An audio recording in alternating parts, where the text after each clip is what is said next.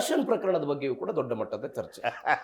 1 ವರ್ಷ supreme court ಜಾಮೀನು ಅರ್ಜಿಯನ್ನ ಮನ್ನಣೆ ಮಾಡೋದಿಲ್ಲ ಅಂತ.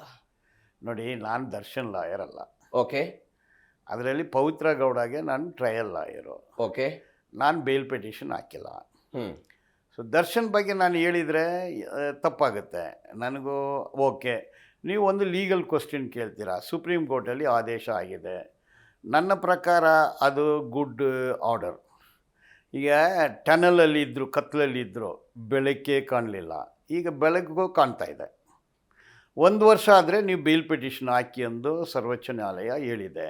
ಓಕೆ ಈಗ ಟನಲ್ ಆಯಿತು, ಟನಲಲ್ಲಿ ಇರೋನಿಗೆ, ಕತ್ಲಲ್ಲಿ ಇರೋನಿಗೆ ಬೆಳಕು ಅಲ್ಲಿದೆ. ಅಂದ್ರೆ 1 ವರ್ಷ ಸಮಯ ಸಿಕ್ಕಂಕಾಯ್ತು ಅಂತ. ಬೆಳಕು ಕಾಣ್ತಾ ಇದೆ. ಇಂಡೆಫಿನೆಟ್ ಇತ್ತು, ಬೇಲ್ ಕ್ಲೋಸ್ ಮಾಡಿಬಿಟ್ರು. ಈಗ ಇದರಲ್ಲಿ ಆದೇಶದಲ್ಲಿ ಏನಾಯಿತು, ಬೆಳಕು ಇಲ್ಲಿದೆ, ಬೆಳಕಿದೆ. ಟನಲ್ ಇಷ್ಟು ದೂರನೇ ಇದೆ, ಕತ್ಲು ಇಷ್ಟು ದೂರ ಇದೆ, ಇದು ದಾಟಿದ್ರೆ ಬೆಳಕಿದೆ.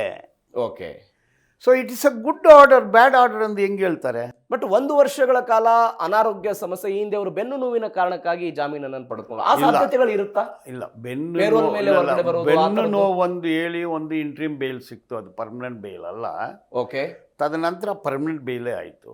ಪರ್ಮನೆಂಟ್ ಬೇಲ್ ಆದಮೇಲೆ ಶೂಟಿಂಗ್ ಹೋದ್ರು. ಅಂದು ನಾನು ಏನು ಸಿನಿಮಾ ನೋಡಿಲ್ಲ. ಓಕೆ, ನಾನು ಸಿನಿಮಾ ನೋಡಿ 40 ವರ್ಷ ಆಗಿದೆ. ಯಾರು ನಟನೂ ಗೊತ್ತಿಲ್ಲ, ನಟಿಯರು ಗೊತ್ತಿಲ್ಲ, ನಾನು ಟಿ ವಿ ಕೂಡ ನೋಡಲ್ಲ.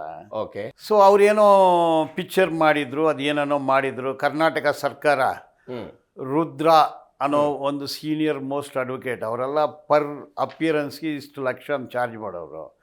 ಅವ್ರನ್ನ ಎಂಗೇಜ್ ಮಾಡಿದ್ರು ಕರ್ನಾಟಕ ಸರ್ಕಾರ. ಯಾಕೆ ಮಾಡಿದ್ರು ಗೊತ್ತಿಲ್ಲ. ಎಸ್, ಅಷ್ಟೊಂದು ಲಕ್ಷ ರೂಪಾಯಿ ಯಾಕೆ ಕೊಟ್ಟರು ಅದು ಗೊತ್ತಿಲ್ಲ ನನಗೆ. ಅದೆಲ್ಲ ಕೊಟ್ಟು ವಾದ ಮಂಡನೆ ಮಾಡಿದ್ರು, ಬೇಲ್ ಕ್ಯಾನ್ಸಲ್ ಆಯಿತು. ಅದಕ್ಕೆ ಹಲವಾರು ಕಾರಣಗಳಿದೆ, ಅದರ ಬಗ್ಗೆ ನಾನು ಹೇಳಿದ್ರೆ ಸರಿ ಬರೋದಿಲ್ಲ. ನಿಮ್ಮ ವಾದ ಇರೋದು ದರ್ಶನ್ಗೆ ಇಷ್ಟು ದಿನಗಳ ಕಾಲ ಕತ್ತಲೆ ಇತ್ತು, ಇದಕ್ಕೊಂದು ಬೆಳಕು ಕಾಣಿಸ್ತಾ ಇದೆ, ಒಂದು ಆಶಾಭಾವ. ಬೆಳಕು ಇಲ್ಲಿದೆ, ಬೆಳಕು ಅಲ್ಲಿದೆ ಅಂತ ಗೊತ್ತಾಯ್ತು. ಎಸ್.